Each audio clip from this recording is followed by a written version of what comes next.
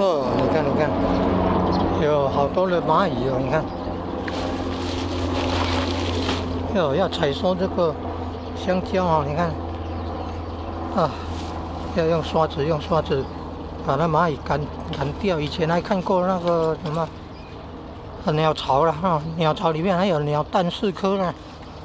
哦，蛇也会吃鸟蛋呢。看来猪不怕蛇。哦，猪哦，是蛇的天敌呢。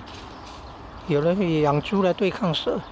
哦，现在不要养了，还要卖，还要杀生哎，节恶缘呢，不好了，吃人家半斤哎，还8两也不好。